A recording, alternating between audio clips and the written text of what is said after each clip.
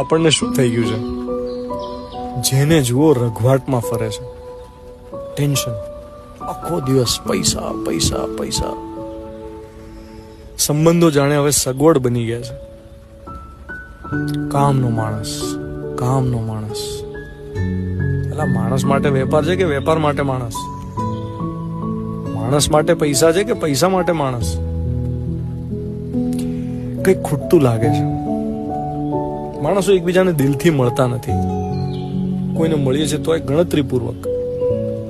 તહેવાર ઉજવવા માટે મળીએ તોય આમ પહેલા જેવી મજા નથી આવતી. આપણે બધા જાણે ઇમોશનલી એરપ્લેન મોડ ઉપર જતા રહ્યા છે. જ્યાં જુઓ ત્યાં માણસો જ માણસો. ઇમોશનલી એરપ્લેન મોડ ઉપર, સાવ એકલા અટુલા, ને તોય સંગાથમાં સુખ શોધતા માણસો. અરે